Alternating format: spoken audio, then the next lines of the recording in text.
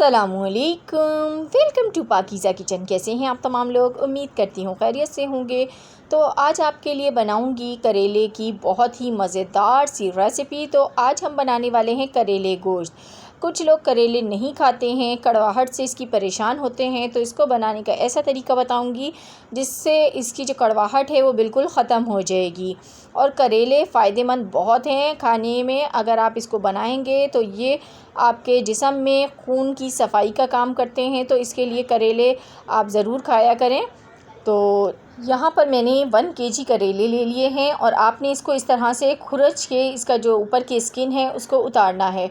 खुरचने से इसकी कड़वाहट काफ़ी हद तक दूर हो जाएगी। तो करेलों को खुरचने के बाद आपने इसकी जो टिप और टेल है उसको कट कर लेना है और इसकी कटिंग आपने इस साइज़ की करनी है जिस साइज़ की मैं आपको दिखा रही हूँ। ना बहुत ज़्यादा पतले करेले काटेंगे, ना ही बहुत ज़्यादा मोटे करेले हों। और इस बात का भी ख्याल रखिएगा करेले अंदर से कच्चे हों। जो लाल करेले होते हैं अंदर से पीले हो जाते हैं, वो हम यूज़ नहीं करेंगे। तो देखिए करेले यहाँ पर कट हो गए हैं। अब इसमें मैं नमक डालूँगी। 2 खाने के चम्मच भर के नमक डाल दीजिएगा।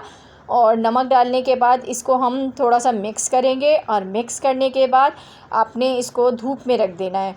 धूप में आप इसको तकरीबन 1 घंटे के लिए रख देंगे तो उससे क्या होगा कि ये सॉफ़्ट हो जाएंगे और अपना एक्स्ट्रा जो वाटर है वो छोड़ देंगे, जो इसमें अपना पानी है। तो देखें 1 घंटे के बाद मैंने इसको निचोड़ लिया है। इस तरीके से आपने निचोड़ना है। तो देखें कितना सारा इसमें से पानी निकलता है।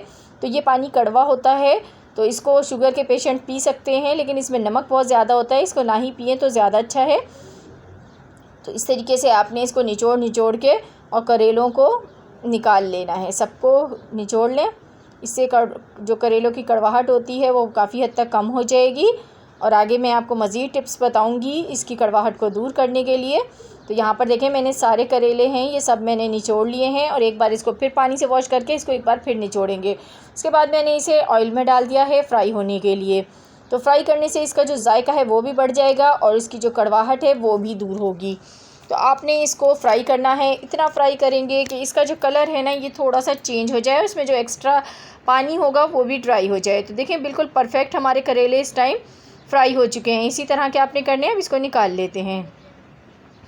अब मैं एक प्रेशर कुकर लूँगी और उसमें डालूँगी हस्बे ज़रूरत ऑयल। जितना आप घर में यूज़ करते हैं उस हिसाब से डाल लीजिएगा, कम ज़्यादा आपकी मर्ज़ी है। साथ ही इसमें हम प्याज ऐड कर देंगे। 2 अदद मीडियम साइज़ की प्याज़ें ले ली हैं जिनको मैंने बिल्कुल रफली कट कर लिया है।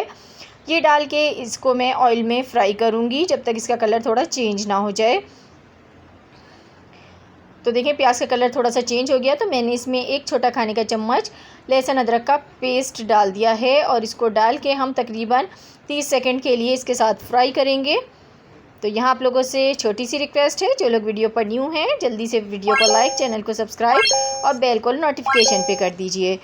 तो यहाँ पे देखिए मैंने इसमें टमाटर अब ऐड कर दिए हैं। तो टमाटर थोड़े से ज़्यादा जाते हैं इसमें, तो मैंने यहाँ पे 3 टमाटर बड़े साइज़ के ऐड किए हैं। आधा खाने का चम्मच कुटी लाल मिर्च, नमक आधा खाने के चम्मच से थोड़ा कम है और साथ में मैंने धनिया पाउडर ले लिया है आधा खाने का चम्मच भर के और चौथाई खाने का चम्मच इसमें हल्दी जाएगी। और इसको मिक्स कर लेते हैं। नमक हम थोड़ा कम ही यूज़ करेंगे पहले, क्योंकि करेलों में भी थोड़ा नमक शामिल है। इसमें हमने लगाया था लेकिन हमने इसे एक बार पानी से वॉश कर लिया है तो काफ़ी हद तक नमक उसका ख़त्म हो गया होगा।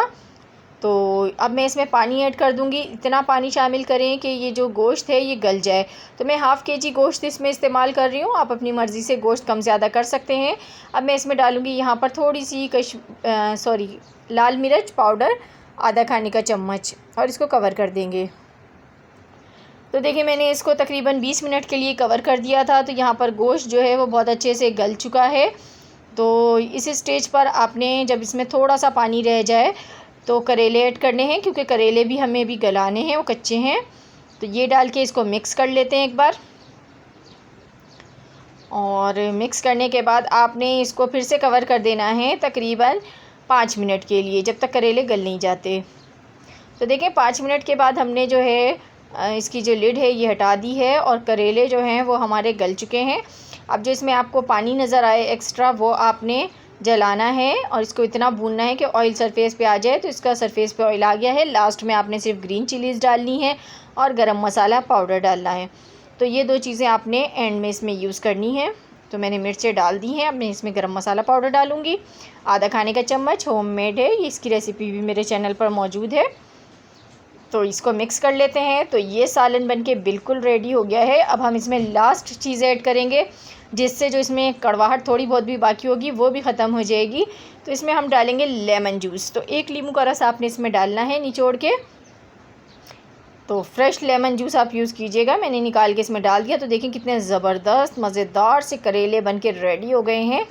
तो बिल्कुल भी कड़वे नहीं हैं, बहुत मज़ेदार हैं ये खाने में। नींबू का रस डालने के बाद आपने फ्लेम को ऑफ़ कर देना है, इसको कुक नहीं करना है। तो मज़ेदार से करेले बन के रेडी हो गए हैं। जब इसे आप खाएंगे तो आप पलेटें चाट जाएंगे, इतनी मज़ेदार है ये रेसिपी। ज़रूर ट्राई कीजिएगा। इजाज़त दीजिए, खुदा हाफिज़।